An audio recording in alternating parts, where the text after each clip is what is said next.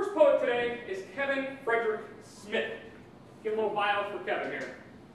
Frederick Smith, he's been writing poetry since 1999. When he was only 10 years old, from when he was 10 years old. He currently attends Notre Dame College in South Euclid, Ohio, where he's pursuing a major in liberal studies with an emphasis in English and communication. He's also completed a minor in philosophy. Frederick Smith.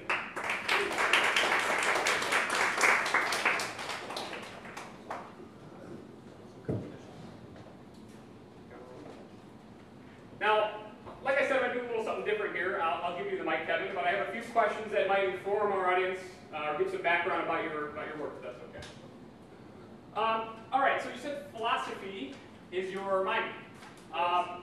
Do you find that poetry is a platform for you to write about truths and facts, or do you find that poetry, like philosophy, allows you to ask more questions than give answers?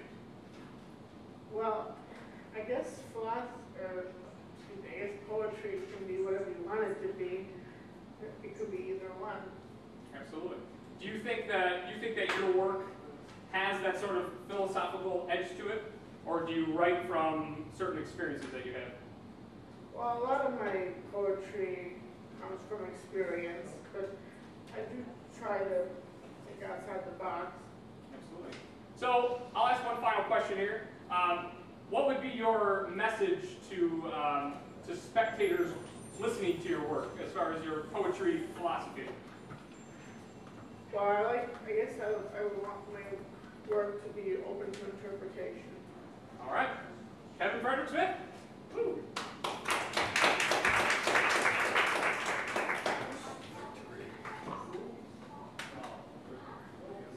This first poem is called Dear Old School and subtitled An Obituary for Loudon Elementary.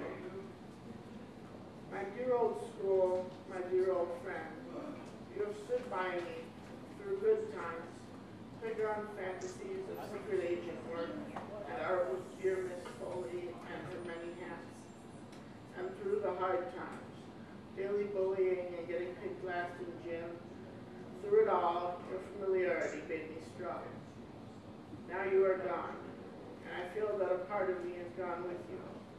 You have been the center and the symbol of my childhood, where you have been lost to time. The playground is gone now, and though dear Miss Foley is still around, her beloved art room has vanished. The bullies are still around too. I dare say I would withstand their torment again to walk your halls once more.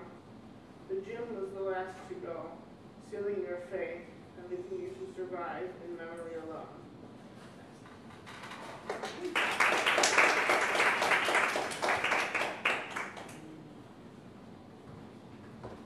This next poem is called Always Remember Me, and it's a true story.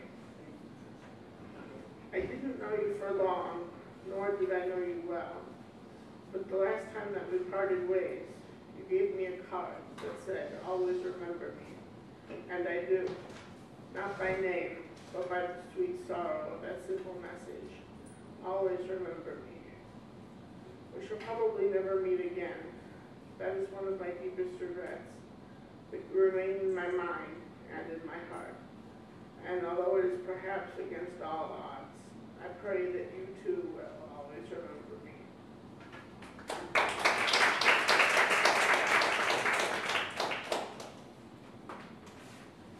Next, I have a collection of 6 haikus that I've written. Single lonely vine, reaching upward toward the sun, feels but cannot touch. Tethered animal, rope will stretch but never break, still his reach extends. Bear in autumn time, gathers food to hibernate, winter never comes. Tiny tulips sprout, gazes at the cherry tree, blossoms block the sun. Snail on salty ground, any move could be his last, stands in place and hides. Overwhelming moon, waxing, waning endlessly, never an eclipse.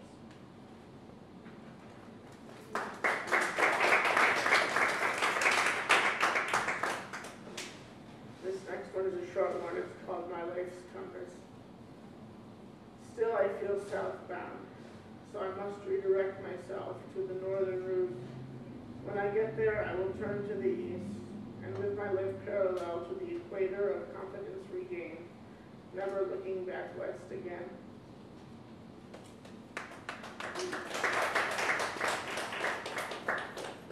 This next one is called Sunlight. Love is like sunlight, absorbed through the skin, like a photosynthesis of feelings, illuminating the inner me. I glow with a passion, a radiance within me, shining out upon her, upon its source, for she is the sun, and she gives me the energy to grow into a better man.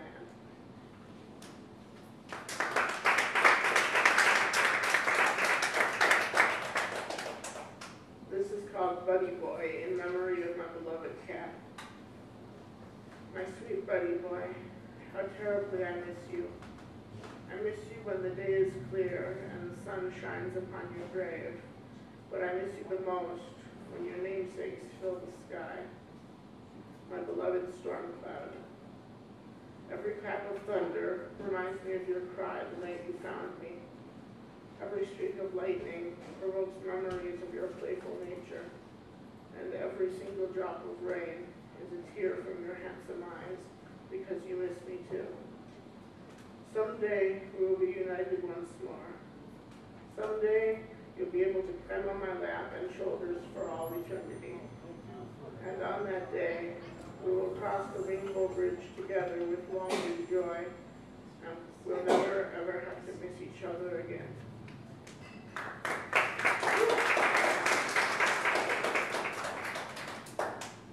This next one is called Why I Keep the Essence of Eco Beach Park Alive, and sort of requires explanation for people of my own generation, because Eco Beach Park rose before I was born. It was an amusement park on the shores of Lake Erie in Cleveland, and I always wished I could have seen it, so I wrote this poem. Remnants remain, and the essence lingers of a time, a place, a memory which once thrived here. A family built a park, a culture built a legend, people built memories, only memories are left behind. Generations came, popcorn and taffy enticed them, coasters and the carousel rewarded them, reminiscences and fragments reminded them, but generations will leave us and their memories behind. It is up to me, to the youth. If we do not preserve the memories, if we do not keep the essence of the remnants alive, soon only the sycamores will remember.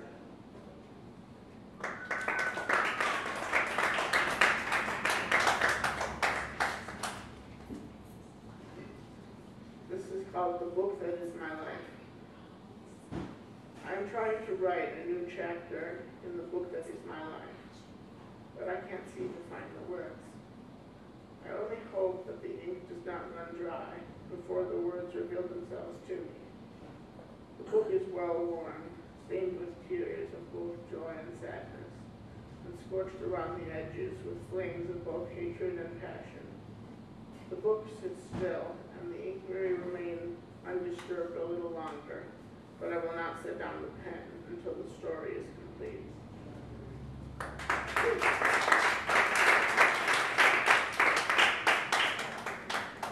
This is called Walkington Stoltz, which is who it's dedicated to, and it's about him. He was a folk singer who died a couple years ago, and I really liked his work. And he's also a naturalist and a hiker, etc. And I worked the titles of a number of his songs into this poem. Writer of the ancient forests and singer of winds forever wild, he traveled so far in his little piece of time, all along his journey around the circle of life. He made so many friends along the way. Perhaps now he is back on the trail again.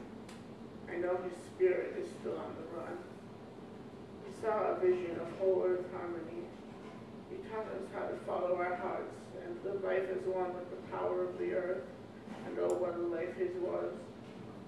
The river calls out in sorrow. The distant far horizon was all too close.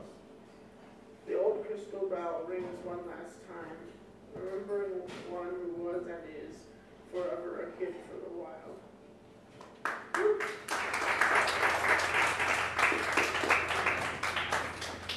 And I have one more. It's called Your Smile.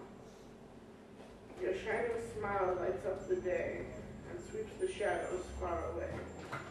Along this journey known as life, through darkness cuts an angel's knife. Your brilliant smile is full of light, always glowing, ever bright.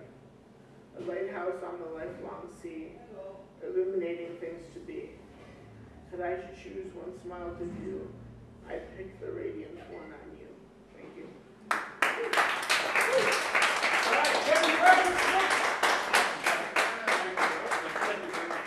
All right, excellent job, excellent job. Very touching and very moving work there.